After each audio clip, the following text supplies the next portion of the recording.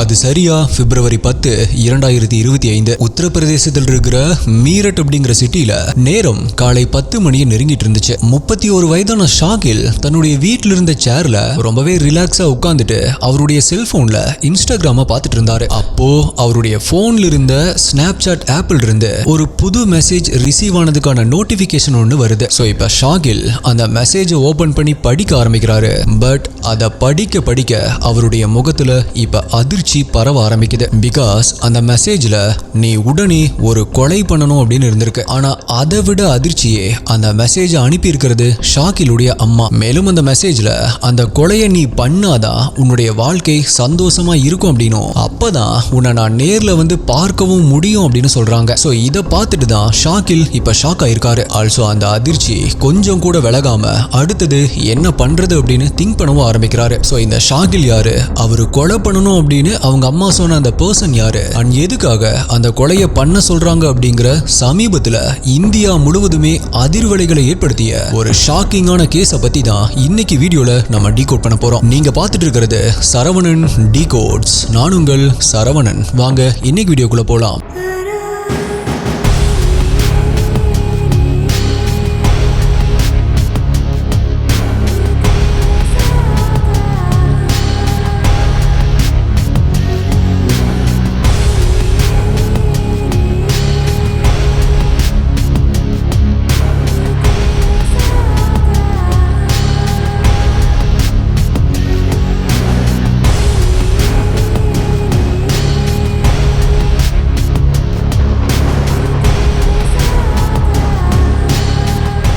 நம்ம போடுற இந்த மாதிரியான வீடியோக்கள் இருந்து நம்மளை சுத்தி எப்படியெல்லாம் நடக்குது அப்படிங்கறத தெரிஞ்சுக்கிட்டு லைஃபை எப்படி அதுக்கு தகுந்த மாதிரி வாழ்றோமோ அதே போல அந்த சந்தோஷமான வாழ்க்கைக்கு வெல்த்தை கிரியேட் பண்றதும் ரொம்பவே முக்கியம். அதுக்கு பணத்தை சேவ் பண்ணா மட்டும் போதாது, இன்வெஸ்ட் பண்ணணும். கனரா HSBC லைஃப் அப்படிங்கிற கம்பெனியை Canara bank, HSBC life, Punjab national bank இது எல்லாமே சேர்ந்து தான் ஓன் பண்றாங்க. இவங்க Nifty alpha 50 index fund NFO launch பண்ணிருக்காங்க. பட் இதுல இன்வெஸ்ட் பண்றதுக்கு ஏப்ரல் 20 வரைக்கும் தான் டைம் இருக்கு. இந்த NFO பத்தி மேலும் தெரிஞ்சுட்டு இன்வெஸ்ட் பண்ண டிஸ்கிரிப்ஷன் பின்ட் கமெண்ட்ல லிங்க் இருக்கு, செக் பண்ணி பாருங்க. இந்த இண்டெக்ஸ் உடைய ஆவரேஜ் ஆனுவல் ரிட்டர்ன்ஸ் லாஸ்ட் 5 இயர்ஸ்ல 31.7%, 10 இயர்ஸ்ல 21.2% கொடுத்திருக்கு. அதாவது 2015ல இந்த ஃபண்ட்ல நீங்க 10 லட்சம் ரூபாய் இன்வெஸ்ட் பண்ணியிருந்தா இப்போ அது 68 லட்சமா மாறி இருக்கும். இதுவே நீங்க பேங்க்ல போட்டு வச்சிருந்தா டாக்ஸ் பிடிச்சது போக 5 to 6% தான் ரிட்டர்ன்ஸ் வந்திருக்கும். மாசம் 2000 ரூபாயில இருந்து இன்வெஸ்ட் பண்ணலாம். இதோட NAV 10 ரூபீஸ் தான். இந்த NFO இன்வெஸ்ட் பண்ற ஒரு பார்ட் ஆஃப் த அமௌண்ட்டை சேஃபா வச்சுட்டு மீதி பணம் large cap, mid cap, small கேப்ல இருந்து டாப் 50 பெர்ஃபார்மிங் கம்பெனிஸ்ல இன்வெஸ்ட் பண்ணப்படும். சோ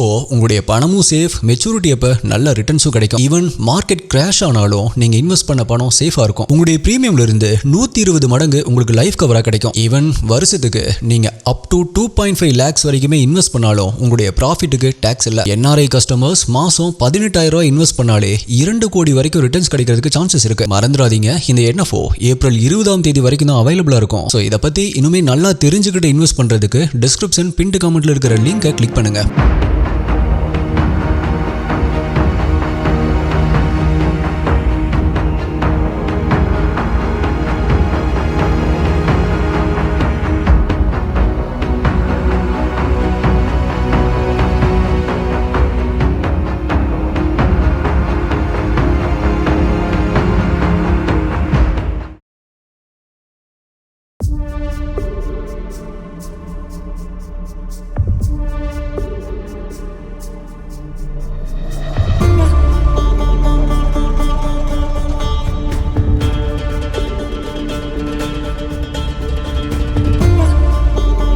அது சரியா ஆகஸ்ட் 2, 2016 26 வயதான சௌரப் இம்போர்ட் அண்ட் எக்ஸ்போர்ட் பண்ணக்கூடிய ஒரு சரக்கு கப்பல்ல நேவி ஆபீசரா வேலை பார்த்துட்டு இருக்காரு. ஒரு நல்ல சேலரி வரக்கூடிய வேலை தான் அப்படின்னாலுமே அவரு வருஷத்துல 3/4 நாட்கள் கப்பல்ல தான் கழிச்சிட்டு இருந்தாரு. சோ அவர் வீட்டுக்கு வந்து தங்கக்கூடிய நாட்கள் அப்படிங்கறதும் ரொம்பவே கம்மியா தான் இருந்திருக்கு. அப்படி ரொம்ப நாட்கள் வேலை பார்த்துட்டு இப்ப வீட்டுக்கு வந்த அவருடைய பேரண்ட்ஸ் மற்றும் ரிலேட்டிவ்ஸ் ரொம்பவே சந்தோஷமா வெல்கம் பண்றாங்க. ஆல்சோ அவருக்கு பிடிச்ச உணவுகளை தயார் பண்ணி அன்றைய நாள் மதியம் அவரு கூடவே சேர்ந்து சாப்பிடவும் செய்யறாங்க. பட் அப்படி சாப்பிட்டு முடிச்சதுக்கு அப்புறமா திருப்தியா சோஃபால உட்கார்ந்துட்டு டிவி பார்த்துட்டு இருந்த தன்னுடைய பேரண்ட்ஸ் கிட்ட சௌரப், நான் ஒரு முக்கியமான விஷயத்தை பத்தி உங்ககிட்ட பேசணும் அப்படின்னு சொல்ல ஆரம்பிக்கிறாரு. இப்ப டிவியில இருந்த கவனத்தை தம் பக்கம் திருப்பின பேரண்ட்ஸ் கிட்ட சௌரப் தான் 24 வயதான முஸ்கான் அப்படிங்கிற ஒரு பெண்ணை லவ் பண்றதாகவும் அந்த பெண்ணையே மேரேஜ் பண்ணிக்க முடிவு பண்ணிருக்கிறதாகவும் சொல்ல ஆரம்பிக்கிறாரு. அது மட்டும் இல்ல, அந்த பொண்ணு வசதியான குடும்பத்தை சேர்ந்த பொண்ணெல்லாம் கிடையாது, அவ கஷ்டப்படுற ஒரு குடும்பத்தை சேர்ந்த பொண்ணு அப்படின்னு சொல்ல ஆரம்பிக்கிறாரு. பட் இதை கேட்டு ஷாக்கான சௌரப்புடைய பேரண்ட்ஸ், நாங்க உனக்கு ஒரு பெரிய இடத்துல பொண்ணு பார்த்து கல்யாணம் பண்ணி வைக்கணும் அப்படின்னு நினைச்சிட்டு இருக்கோம், நீ என்னடானா இப்படி சொல்லிட்டு இருக்க, நீ லவ் பண்ற பொண்ணை கல்யாணம் பண்ணிக்க நாங்க சம்மதிக்க மாட்டோம் அப்படின்னு சொல்றாங்க. அதோட எங்க பேச்ச மீறி நீ ஏதாவது பண்ணுன அப்படின்னா எங்க சொத்துல உனக்கு ஒரு பைசா கூட கொடுக்க மாட்டோம் அப்படின்னு சொல்றாங்க. பட் அதுக்கு சௌரப்போ, உங்களுடைய சொத்துல இருந்து எனக்கு ஒரு பைசா கூட வேணாம் அப்படின்னு சொல்லிட்டு அடுத்த ஒரு வாரத்திலேயே அவங்க பேரண்ட்ஸ் உடைய எதிர்ப்பையும் மீறி முஸ்கானை திருமணம் செஞ்சுக்கிறாரு. அதோட தனியா ஒரு வீட்டுக்கு போய் தன்னுடைய வாழ்க்கைய சந்தோஷமா வாழவும் ஆரம்பிக்கிறாரு. அதுக்கப்புறமா தன்னுடைய மனைவியுடைய நினைவுகளை சுமந்துட்டு மறுபடியுமே வேலைக்கு போக ஆரம்பிக்கிறாரு. ஆல்சோ லீவ் கிடைக்கிறப்ப எல்லாமே வீட்டுக்கு வந்து தன்னுடைய மனைவி கூட சந்தோஷமா டைம் ஸ்பெண்ட் பண்ணிட்டும் போறாரு. இப்படியே கப்பல்ல பல நாட்கள், கரையில சில நாட்கள் அப்படின்னு போயிட்டு இருந்த சௌரப்புடைய வாழ்க்கையில 2018 மே மாசம் ஒரு சந்தோஷமான செய்தி அவருடைய காதுல வந்து விழுகுது. எஸ், அவருடைய மனைவி பிரெக்னண்டா இருக்காங்க அப்படிங்கிற செய்தி தான் அது. அதை கேட்டதுக்கு அப்புறமா சௌரப் தனக்கு பிறக்க போற குழந்தை எப்படி இருக்கும், அதுக்கு தான் என்னவெல்லாம் செய்யணும், எப்படியெல்லாம் பார்த்துக்கணும் அப்படின்னு கடல்ல மிதந்துட்டு இருக்கிற அந்த கப்பல்ல இருந்தபடியே கற்பனை உலகத்துல மிதக்க ஆரம்பிக்கிறாரு. ஆல்சோ அப்படி கற்பனையில மிதந்துட்டு இருந்த அவரு 2019 பிப்ரவரி மாசம் வழக்கத்தை விட ரொம்பவே சந்தோஷமா கரையில வந்து இறங்குறாரு. பிகாஸ் அந்த மாசம் தான் அவருக்கு ஒரு அழகான பெண் குழந்தை ஒன்று பிறக்குது. ஸோ இப்ப தன்னுடைய மகளையும் மனைவியும் கூடவே இருந்து பார்த்துக்கணும் அப்படிங்கிறதுக்காக தான் பார்த்துட்டு இருந்த நேவி வேலையை வேணாம் அப்படின்னு சொல்றாரு. அதுக்கப்புறமா ஒரு மாசம் கழிச்சு மீரட்லயே வேலை செய்யணும் அப்படின்னு அவருக்கான ஒரு வேலையை தேடவும் ஆரம்பிக்கிறாரு. பட் அப்பதான் அவர் நேவியில வாங்கிட்டு இருந்த சம்பளத்தை விட 3 மடங்கு அதிக சம்பளம் வர்ற மாதிரியான ஒரு ஜாப் ஆஃபர் லண்டன்ல இருந்து வருது. ஆனா மறுபடியுமே ஃபேமிலி விட்டுட்டு போகணுமா அப்படின்னு யோசிக்க ஆரம்பிச்ச அவருக்கு முஸ்கானுடைய பேரண்ட்ஸ் தைரியம் சொல்றாங்க. பிகாஸ் இவருடைய பேரண்ட்ஸுமே இவர்கிட்ட அப்ப வரைக்குமே பேசுறது கிடையாது. சோ முஸ்கானுடைய பேரண்ட்ஸ், நீங்க தைரியமா வேலைக்கு போயிட்டு வாங்க, நாங்க முஸ்கானையும் குழந்தையும் பாத்துக்கிறோம் அப்படின்னு சொல்றாங்க. அதை கேட்ட சௌரப்பும் சரி லண்டனுக்கு போகலாம் அப்படின்னு டிசைட் பண்றாரு. ஆல்சோ அடுத்த ஒரு மாசத்திலேயே தன்னுடைய மனைவி மற்றும் குழந்தைய அடுத்தது எப்ப பார்க்க போறோம் அப்படின்னு அவங்களுடைய நினைவுகளை சுமந்துட்டு இருந்த சௌரப்ப சுமந்துட்டு அவர் போயிட்டு இருந்த பிளைட் இப்ப ஆகாயத்துல பறக்க ஆரம்பிக்குது. அதுக்கப்புறமா லண்டன்ல போய் இறங்கின சௌரப் அங்க சின்சியரா வேலை பார்த்துட்டே போன் வழியா தன்னுடைய மனைவி மற்றும் குழந்தையுடைய குரல்களை சந்தோஷமா கேட்டபடி நாட்களை கழிக்க ஆரம்பிக்கிறாரு.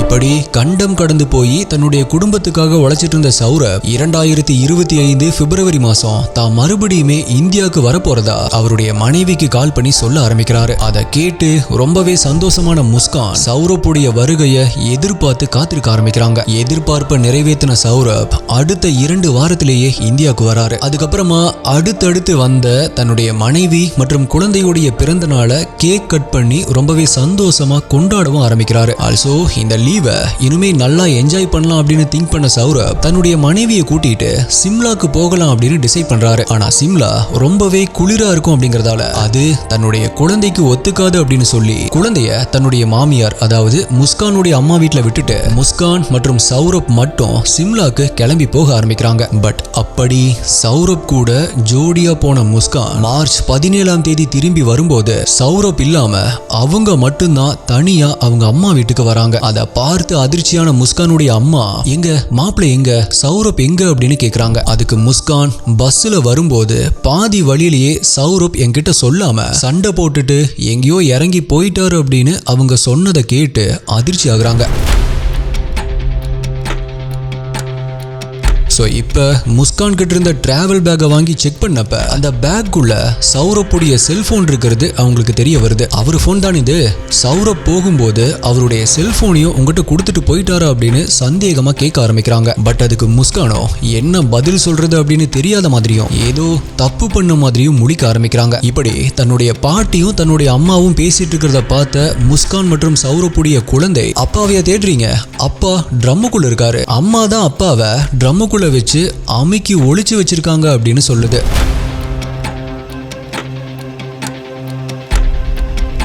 இத கேட்ட உடனே முஸ்கான் அப்படியே ஷாக் அடிச்ச மாதிரி திரும்பி தன்னுடைய அம்மாவை பார்க்க ஆரம்பிக்கிறா. இப்ப அவளை பார்வையிலேயே எரிக்கிற மாதிரி பார்த்த அவளுடைய அம்மாவை பார்த்துட்டு அப்படியே உடஞ்சு போன மாதிரி தரையில உட்கார்ந்து கதறி அழுக ஆரம்பிக்கிறா. அதை பார்த்து இன்னுமே கோபமான முஸ்கானுடைய அம்மா இப்படி கதறி அழுகிற அளவுக்கு என்ன செஞ்ச அப்படின்னு சத்தமா கேட்க ஆரம்பிக்கிறாங்க. அப்பதான் முஸ்கான் தான் சௌரப்பை கொலை பண்ணிட்டதாகவும் அதுக்கான காரணம் என்ன அப்படின்னு அழுதுட்டே சொல்ல ஆரம்பிக்கிறா. அதை கேட்டு ரொம்பவே ஆத்திரமான அவளுடைய அம்மா அவளுடைய கண்ணத்திலேயே மாறி மாறி அறைய ஆரம்பிக்கிறாங்க. அதுக்கப்புறமா அவளை பிடிச்சு வீட்டுக்கு வெளியே இழுத்துட்டு வந்தவங்க தெருவில் இருந்த எல்லாருமே வேடிக்கை பார்க்கும்படியா அவளை ரோட்லயே இழுத்துட்டு போய் பக்கத்துல இருந்த போலீஸ் ஸ்டேஷன்ல கொண்டு போய் ஹேண்ட் ஓவர் பண்றாங்க. அதுக்கப்புறமா தான் அங்கிருந்த போலீஸ் முஸ்கான் கிட்ட என்ன நடந்துச்சு அப்படிங்கறத விசாரிக்க ஆரம்பிக்கிறாங்க. அப்பதான் முஸ்கானோ நடந்த விஷயங்களை கன்ஃபஸ் பண்ண ஆரம்பிக்கிறா. அப்படி அந்த கன்ஃபஷன்ல அவ சொன்ன விஷயங்கள் இதுதான். ஏற்கனவே முஸ்கான் கர்ப்பமா இருந்த விஷயத்தை கேட்டு சௌரப் ரொம்பவே சந்தோஷப்பட்டார் அப்படின்னு சொன்னேன் இல்லையா? பட் அப்படி அவர் சந்தோஷமா இருக்கும் போதே இங்க மீரட்ல அவருக்கு கஷ்டத்தை கொடுக்கற மாதிரியான விஷயங்கள் நடக்க ஆரம்பிக்குது. எஸ், சௌரப் இல்லாத நாட்களை தனிமையில கழிச்சிட்டு இருந்த முஸ்கான் ஸ்கிரீன் அடிக்ட் ஆகிறா. அதாவது எப்ப பார்த்தாலுமே செல்போனை பார்த்துட்டு அதுலயே அதிக நேரத்தை ஸ்பெண்ட் பண்ண ஆரம்பிக்கிறா. சோ அப்படி போயிட்டு இருந்தப்பதான் ஒரு நாள் முஸ்கானுடைய ஸ்கூல் ஃப்ரெண்ட் ஒருத்தவங்க முஸ்கானை அவங்க ஸ்கூல்ல படிச்ச ஸ்டூடெண்ட்ஸ் இருக்கிற ஒரு வாட்ஸ்அப் குரூப்ல ஆட் பண்ணி விடுறாங்க. சோ இப்ப முஸ்கான் அடுத்த சில வாரங்கள்லயே அந்த குரூப்ல இருந்த தன்னை விட 2 வயசு ஜூனியரான ஷாகில் அப்படிங்கிறவங்க கூட பேச ஆரம்பிக்கிறா. ஷாகில் இந்த பேரை இதுக்கு முன்னாடி இந்த வீடியோல கேட்ட மாதிரி இருக்காஸ்டியே. எஸ், நம்ம இன்ட்ரோல பார்த்த அதே ஷாகில் தான் இப்ப முஸ்கான் கூட பேச ஆரம்பிக்கிறான். ஆல்சோ அப்படி பேசுறதோட ஸ்டாப் பண்ணாம அடிக்கடி முஸ்கானுடைய வீட்டுக்கு வந்து அவ கூட தனிமையில டைம் ஸ்பெண்ட் பண்ண ஆரம்பிக்கிறான். எஸ், இப்ப அவங்களுக்குள்ள ஒரு தப்பான அஃபையர் டெவலப் ஆக ஆரம்பிக்குது. ஆல்சோ முஸ்கான் அந்த ஷாகில் கூட கண்ட்ரோல் இல்லாம ஊர் சுத்தவும் ஆரம்பிக்கிறா. இப்ப இந்த விஷயம் லீவ்ல வந்த சௌரப்க்கு அவருடைய நெய்பர்ஸ் மூலமா தெரிய ஆரம்பிக்குது. இதுல ரொம்பவே கோவமான சௌரப் முஸ்கானை திட்டி அவ கூட சண்டை போட ஆரம்பிக்கிறாரு. ஆல்சோ முஸ்கானுடைய பேரண்ட்ஸ்க்கும் கால் பண்ணி முஸ்கானை நான் டிவோர்ஸ் பண்ண போறேன் அப்படின்னு சொல்ல ஆரம்பிக்கிறாரு. இத கேட்டு பதறி அடிச்சுட்டு அந்த வீட்டுக்கு வந்த அவளுடைய பேரண்ட்ஸும் முஸ்கானுக்கு புத்தி வர்ற மாதிரி திட்ட ஆரம்பிக்கிறாங்க. உனக்காக தானே சௌரப் அவருடைய அம்மா அப்பாவை கூட விட்டுட்டு வந்தாரு. அப்படிப்பட்ட அவருக்கு நீ துரோகம் பண்ணலாமா? அதோட நீ ஒரு குழந்தைக்கு தாயாகவும் போற, அதையும் கூட நீ மறந்துட்டியா அப்படின்னு சொல்லி திட்டிருக்காங்க. ஆமாஸ்டியே, இது எல்லாமே நடந்துட்டு இருக்கிறது அவ பிரெக்னண்டா இருக்கிறப்ப. சோ தன்னுடைய பேரண்ட்ஸ் சொன்னதை கேட்டு இப்ப கண்ணீர் விட்டு அழுத முஸ்கான் தன்னுடைய பேரண்ட்ஸ் மற்றும் தன்னுடைய கணவரான சௌரப் கிட்ட மன்னிப்பு கேட்கிறா. பட் அப்படி சாரி கேட்ட முஸ்கான் அதுக்கப்புறமா கூட ஷகில் கூட இருந்த ரிலேஷன்ஷிப்பை ஃபுல்லா ஸ்டாப் பண்ணாம அவன் கூட போன்ல பேசிட்டு தான் இருந்திருக்கா. அதாவது முஸ்கான் தனக்கு குழந்தை பிறந்ததுக்கு அப்புறமா கூட யாருக்குமே தெரியாம அவன் கூட பேசிட்டு தான் இருந்திருக்கா. பட் இது எதுவுமே தெரியாத சௌரப் முஸ்கான் திருந்தி அப்படிங்கிற நம்பிக்கையில அவளை அவளுடைய பேரண்ட்ஸ் உடைய பொறுப்புல விட்டுட்டு லண்டனுக்கு போறாரு. பட் அப்பதான் வேதாளம் மறுபடியுமே முருங்கை மரத்துல ஏறின மாதிரி அந்த ஷாகில் கூட முஸ்கான் மறுபடியுமே தொடர்பு வச்சுக்க ஆரம்பிக்கிறா. அது மட்டும் இல்ல, ட்ரக் அடிக்டா இருந்த ஷாகில் கிட்ட இருந்து போதை பொருட்களையும் வாங்கி யூஸ் பண்ண ஆரம்பிக்கிறா. சோ இப்ப போதை மயக்கத்திலையும் அஃபையர் மயக்கத்திலையும் மிதக்க ஆரம்பிச்ச அவளுக்கு இனிமேல் தனக்கு ஷாகில் மட்டும் போதும் அப்படிங்கிற ஒரு மைண்ட் செட்டுக்கும் போக ஆரம்பிக்கிறா. அதோட அதுக்கு தடையா தன்னுடைய கணவர் சௌரப் இருப்பாரு அப்படிங்கறதால அவரை கொலை பண்ணணும் அப்படிங்கிற முடிவுக்குமே அவ வர ஆரம்பிக்கிறா. ஸோ அதுக்காக தான் சௌரப் மறுபடியுமே லண்டன்ல இருந்து வராரு அப்படின்னு சொல்லும் பொழுது அவ சந்தோஷமும் பட்டிருக்கா. அதாவது அவ சந்தோஷப்பட காரணம் சௌரப்பை முடிக்கிறதுக்கு ஒரு நல்ல சான்ஸ் கிடைச்சிருக்கு அப்படிங்கறத நினைச்சுதான். ஸோ இப்ப இந்த விஷயத்த ஷாகில் கிட்டயுமே அவ சொல்ல ஆரம்பிக்கிறா. ஆனா அதை கேட்டு பயந்து போன ஷாகில் கொலை பண்ற அளவுக்கு எல்லாம் எனக்கு தைரியம் இல்லை அப்படின்னு சொல்ல ஆரம்பிக்கிறான். ஸோ அதனாலதான் முஸ்கான் ஒரு திட்டம் போட்டு அவனை தன்னுடைய வழிக்கு கொண்டு வரணும் அப்படின்னு முடிவு பண்றா. அதாவது அவளே ஸ்னாப்சாட் ஆப்ல ஒரு ஃபேக் ஐடியை உருவாக்கி அது மூலமா இறந்து போன ஷாகிலுடைய அம்மா மாதிரியே அவன் கூட பேச ஆரம்பிக்கிறா. ஆமா எஸ்டிஏ, ஷாகிலுடைய அம்மா ஆல்ரெடி இறந்து போயிருந்தாங்க. ஆனா அவனுக்கு தன்னுடைய அம்மா அப்படின்னா ரொம்பவே பிடிக்கும். அது மட்டும் இல்லாம அவனுக்கு பில்லி சூனியம் இந்த மாதிரி பிளாக் மேஜிக்ல எல்லாம் கொஞ்சம் நம்பிக்கை இருந்திருக்கு. அதனாலதான் நான் இன்ட்ரோல சொன்ன மாதிரி சௌரப்பை கொலை பண்ண சொல்லி ஸ்னாப்சாட் ஆப்ல ஷாகிலுக்கு ஒரு மெசேஜ் அனுப்பி இன்ஸ்ட்ரக்ஷனும் கொடுத்திருக்கா. சோ இப்ப ஷாகில் முஸ்கான் கிட்ட தனக்கு வந்த அந்த மெசேஜை பத்தி சொல்ல ஆரம்பிக்கிறான். அப்பதான் நம்ம பிளான் போட்ட மாதிரியே எல்லாமே நடக்குது அப்படிங்கறத புரிஞ்சுக்கிட்ட முஸ்கான், பாத்தியா உங்க அம்மாவே சௌரப்பை கொலை பண்ண சொல்லியிருக்காங்க அப்படின்னு அவனை இன்னுமே பிரெயின் வாஷ் பண்ண ஆரம்பிக்கிறா. ஸோ அதுக்கப்புறமா தான் ஷாகில் சௌரப்பை கொலை பண்ற திட்டத்துக்கு ஓகே சொல்றான். சோ இவங்க ரெண்டு பேருமே சேர்ந்து அவங்களுடைய பிளானை எக்ஸிக்யூட் பண்றதுக்காக சில பொருட்களையும் வாங்க ஆரம்பிக்கிறாங்க. அதாவது தனக்கு ரொம்பவே ஸ்ட்ரெஸ்ஸா இருக்கு, தூக்கமே வரமாட்டேங்குது அப்படின்னு சொல்லி டாக்டருடைய பிரிஸ்கிரிப்ஷன் மூலமா தூக்க மாத்திரைகள், மாமிசம் வெட்டுறதுக்கு அப்படின்னு சொல்லி 2 பெரிய கத்திகள், தண்ணி ஊத்தி வைக்கிற ஒரு பெரிய பிளாஸ்டிக் ட்ரம் அப்படின்னு இது எல்லாத்தையுமே வாங்கினவ வீட்ல கொஞ்சம் ரினோவேஷன் ஒர்க் பண்ணணும் அப்படின்னு அவரை கொலை பண்றதுக்கு அவர்கிட்டயே சொல்லி, அதாவது சௌரப் கிட்ட சொல்லி சிமெண்ட் மற்றும் கொஞ்சம் மணல் வேணும் அப்படின்னு வாங்கி வைக்கிறா. இப்படி எல்லாத்தையுமே பக்காவா ரெடி பண்ணி வச்ச முஸ்கான் மார்ச் 4ஆம் தேதி அன்னைக்கு நைட்டு சௌரப்க்கு கொடுத்த சாப்பாட்டுல தூக்க மாத்திரைகளை கலந்து கொடுக்க ஆரம்பிக்கிறா. பட் இது எதுவுமே தெரியாம நல்லா சாப்பிட்ட சௌரப் அடுத்த கொஞ்ச நேரத்திலேயே படுத்து தூங்க ஆரம்பிக்கிறாரு. சோ இப்ப முஸ்கான் உடனடியா ஷாகிலுக்கு கால் பண்ணி அவனை வீட்டுக்கு வர வைக்கிறா. அங்க வந்த ஷாகில் தனக்கு தானே போதை ஊசியை போட்டுக்கிட்டு அங்க ஏற்கனவே வாங்கி வச்சிருந்த மாமிசம் வெட்டுற கத்திய கையில் எடுக்கிறான். அதுக்கப்புறமா மனசுக்குள்ள தன்னுடைய அம்மாவை நினைச்சுக்கிட்டு கத்தியால சௌரப்புடைய கழுத்தை அறுக்க ஆரம்பிக்கிறான். அதுல ரத்த வெள்ளத்துல துடிக்க ஆரம்பிச்ச சௌரப்புடைய இதயத்திலேயே மாறி மாறி அந்த கத்தியாலேயே குத்தவும் ஆரம்பிக்கிறான். அடுத்த சில வினாடிகளையே சௌரப் துடிச்சு இறந்து போறாரு.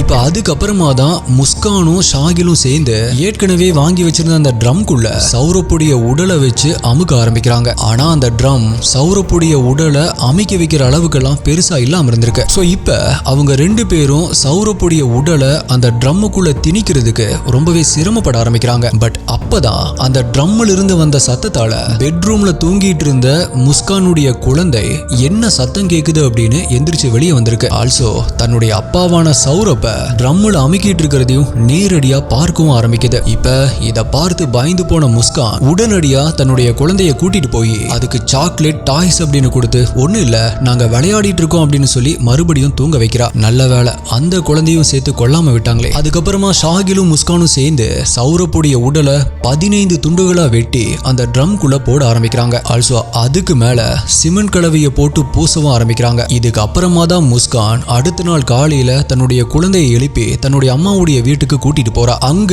தன்னுடைய குழந்தையை விட்டுட்டு நானும் சௌரப்பும் சிம்லா போறோம் அப்படின்னு ஒரு பொய் சொல்லிட்டு கிளம்பி இருக்கா. ஆனா உண்மையிலேயே ஷாகில கூட்டிட்டு சிம்லாக்கு போன முஸ்கான் தன்னுடைய கணவனை கொடூரமா கொலை பண்ணிட்டுமே அப்படிங்கிற குற்ற உணர்ச்சி கொஞ்சம் கூட இல்லாம அந்த ஷாகில் கூட ரொம்பவே ஜாலியா டூரை என்ஜாய் பண்ண ஆரம்பிக்கிறா. அப்பதான் ஹோலி பண்டிகையும் வந்திருக்கு.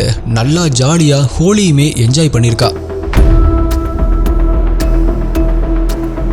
இதுக்கப்புறமா தான் நான் முன்னாடி சொன்ன விஷயங்கள் நடக்க ஆரம்பிக்குது. இப்படி முஸ்கானுடைய இந்த கன்ஃபஷனுக்கு அப்புறமா சௌரப்புடைய வீட்டுக்கு போன போலீஸ் அந்த பிளாஸ்டிக் ட்ரம்மை மெஷினை வச்சு கட் பண்றாங்க. ஆல்சோ அதுக்குள்ள இருந்த சிமெண்ட் கலவையை ரொம்பவே கவனமா ட்ரில்லிங் மெஷினை வச்சு உடைக்கவும் செய்யறாங்க. ஆக்சுவலா இதே மாதிரியான ஒரு கொலையை நம்ம சேனல்ல ஆல்ரெடி போட்டிருக்கோம், ஞாபகம் இருக்கா ஸ்டே? அது ஒரு கேரளா கேஸ். அதுல கூட வெறும் ஒரு ஸ்க்ரூவை வச்சு போலீஸ் பிரில்லியண்டா ஒரு இன்வெஸ்டிகேஷன் பண்ணி கில்லரை கண்டுபிடிப்பாங்க. அதை பார்க்கல அப்படின்னா லிங்க் தரேன், கண்டிப்பா செக் பண்ணி பாருங்க. சோ அந்த பாடி பார்ட்ஸ் எல்லாத்தையுமே தனியா எடுத்து டிஎன்ஏ டெஸ்ட் பண்றாங்க. அப்பதான் அது சௌரப்புடைய உடல் தான் அப்படிங்கிறது போலீஸ்க்கு கன்ஃபார்ம் ஆகுது. ஆல்சோ அதுக்கப்புறமா தன்னை அரெஸ்ட் பண்ண போலீஸ் கிட்ட ஷாகில் என்ன சொல்லியிருக்கான் அப்படின்னா, தன்னுடைய அம்மா சொன்னதால தான் அவங்கள பார்க்கணும் அப்படிங்கறதால தான் சௌரப்பை கொலை பண்ணதான் அவன் சொல்லியிருக்கான். அதாவது அப்ப வரைக்குமே முஸ்கான் தான் தன்னுடைய அம்மா மாதிரி பேசி அவனை ஏமாத்திருக்கா அப்படிங்கிறது அவனுக்குமே தெரியாம தான் இருந்திருக்கு. இப்ப இந்த கேஸ்ல தப்பு பண்ணது தன்னுடைய மகளா இருந்தாலுமே அவளை கூட்டிட்டு போய் போலீஸ்ல ஒப்படைச்ச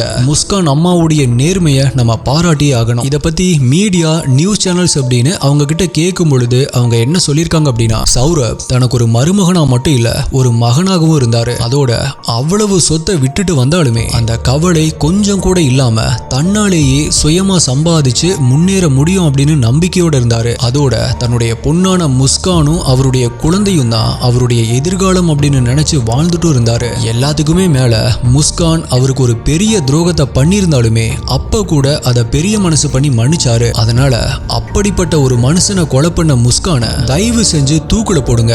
இப்படிப்பட்ட ஒரு ஜென்மம் இந்த பூமியில வாழவே கூடாது அப்படின்னு ரொம்பவே ஆத்திரத்தோட சொல்லியிருக்காங்க. இப்ப இது ரீசெண்டா நடந்த கேஸ் அப்படிங்கறதால இதுல விசாரணை முடிஞ்சு என்ன மாதிரியான ஜட்ஜ்மெண்ட் வரப்போகுது அப்படிங்கறத நம்ம வெயிட் பண்ணி தான் பார்க்கணும். வீடியோவுடைய ஸ்டார்டிங்ல நான் சொன்னேன், the Canara HSBC life Nifty alpha 50 index fund NFO invest பண்றதுக்கு ஏப்ரல் 20 தான் லாஸ்ட் டேட். டேட் 31 மார்ச் 2024 வரைக்கும் கனரா HSBC லைஃப் உடைய சால்வன்சி ரேஷியோ 210% அப்படின்னா கம்பெனி ஃபினான்சியலா ரொம்பவே ஸ்ட்ராங்கா இருக்கு. சோ நீங்க கவலையே படாம இன்வெஸ்ட் பண்ணலாம். லாஸ்ட் டேட் வரைக்குமே வெயிட் பண்ணாம இப்பவே இதில் இன்வெஸ்ட் பண்றதுக்கு டிஸ்கிரிப்ஷன் பின்ட் கமெண்ட்ல லிங்க் இருக்கு, செக் பண்ணி பாருங்க. So my dear STI HD investigators, நீங்க இந்த கேஸை பத்தி என்ன நினைக்கிறீங்க? ஒரு மாமியாரே தன்னுடைய மருமகனை இந்த அளவுக்கு பெருசா மதிக்கிறாங்க அப்படின்னா அந்த சௌரப் எந்த அளவுக்கு நல்லவரா இருந்திருப்பாரு அப்படிங்கறத கொஞ்சம் நீங்களே திங்க் பண்ணி பாருங்க. ஆனா இப்படி இருந்துமே இந்த மாதிரி பண்ண முஸ்கானை பத்தின உங்களுடைய கருத்து என்ன அப்படிங்கறத கீழே கமெண்ட் பண்ணுங்க. ஆல்சோ அடுத்தது என்ன கேஸ் வேணும், என்ன டாபிக்ல வீடியோ வேணும் அப்படிங்கறதையுமே கீழே கமெண்ட் பண்ணுங்க. உங்களுடைய பெஸ்டான கமெண்ட் அடுத்த வீடியோல வரும். வேற ஒரு வீடியோல மீட் பண்றேன். நன்றி, பாய்.